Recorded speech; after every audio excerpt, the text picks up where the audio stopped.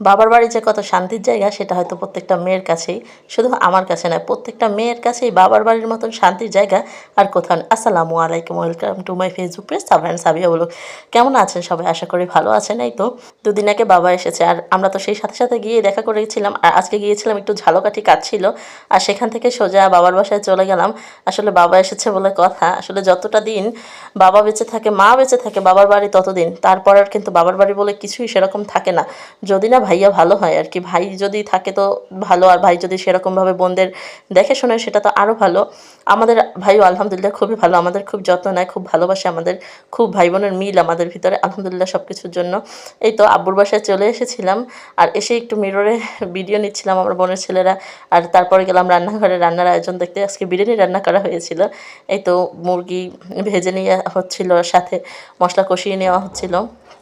আপুকে আবার বললাম কি আমাকে একটু দেও, ও বাবা সে আমাকে পারলে একদম ছ্যাঁকা দিয়ে দেয়, খুন্তি দিয়ে। একটু এক টুকরো শুধু গোশত চেয়েছি, সে গরম খুন্তি ধরেছে আমার হাতের কাছে। আমার মেজো বোন, আমি দুষ্টুমি করছিলাম। এই ভাজা মাংসের স্বাদ অন্যরকম, এই ভাজা মাংসের স্বাদ যা বলে বোঝানো যাবে না।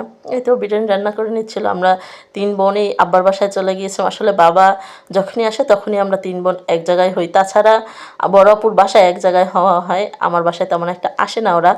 আসলে আমার বাসাটা অনেক ছোট আর ওরকম থাকার মতন প্লেস নেই। এই তো ধোয়া ওঠা বিরিয়ানি এর স্বাদ। আর এই দেখুন প্লেট বসিয়ে দিচ্ছিলাম যে কে কে খাবা।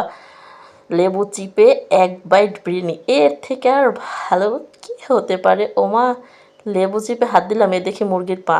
আমার বড় বোনের খুব পছন্দ, ওর জন্য তুলে রেখেছি। এই তো নিজেরা খেয়ে মেয়েকে, বাচ্চাদের খাইয়ে নিয়েছি, মেয়েকে খাইয়ে নিলাম। আর তারপর যেহেতু রাত্রে থাকবো না, বড় আপু আমি মিলে, ওর বাচ্চার আগেই চলে গিয়েছিল আর আমি পরে আসলাম আমার মেয়েকে নিয়ে। আসলে মানুষ বলে না যে স্বার্থের কারণে, টাকা পয়সার কারণে দূরত্ব বেড়ে যায়, এটা না আমি বিশ্বাস করি না। দূরত্ব বেড়ে যায় জীবিকার তাগিদে। কারণ আমরা চার বা পাঁচ ভাই বোন, এক একজন এক এক দিকে। আমার ভাইয়া থাকে সেই খুলনায়, কেন?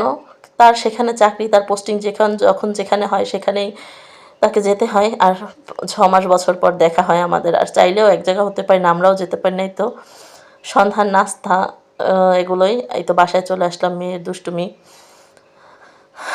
কবে যে আবার আমরা পাঁচ ভাই বোন এক জায়গায় হব, খুব কষ্ট লাগে, কারণ চাইলেই আমরা সবসময় ভাইয়াকে কাছে পাই না, আমাদের একটা মাত্র ভাই। আর এই তো সন্ধ্যায় এসে বাসায় কী রান্না করবো, এর জন্য রান্না টুকটাক রান্না করে নিচ্ছিলাম। একদম খুবই সিম্পলের আর অল্পের ভিতরে রান্না করছিলাম, কারণ একবেলা একটু খাবো আর কি। চিংড়ি মাছ ভুনো করে নিয়েছিলাম আর একটু গোশত ছিল, সেটাই গরম করে নিয়েছিলাম। আব্বা তো আসতেই দিতে চাইছিল না, তারপরও চলে আসলাম বাসায়, কারণ নিজের বাসার প্রতি একটা অন্যরকম টান। আজকে আর বাড়াবো না, আজকে এই পর্যন্ত। সবাই ভালো থাকবেন, সুস্থ থাকবেন, আল্লাহ হাফেজ।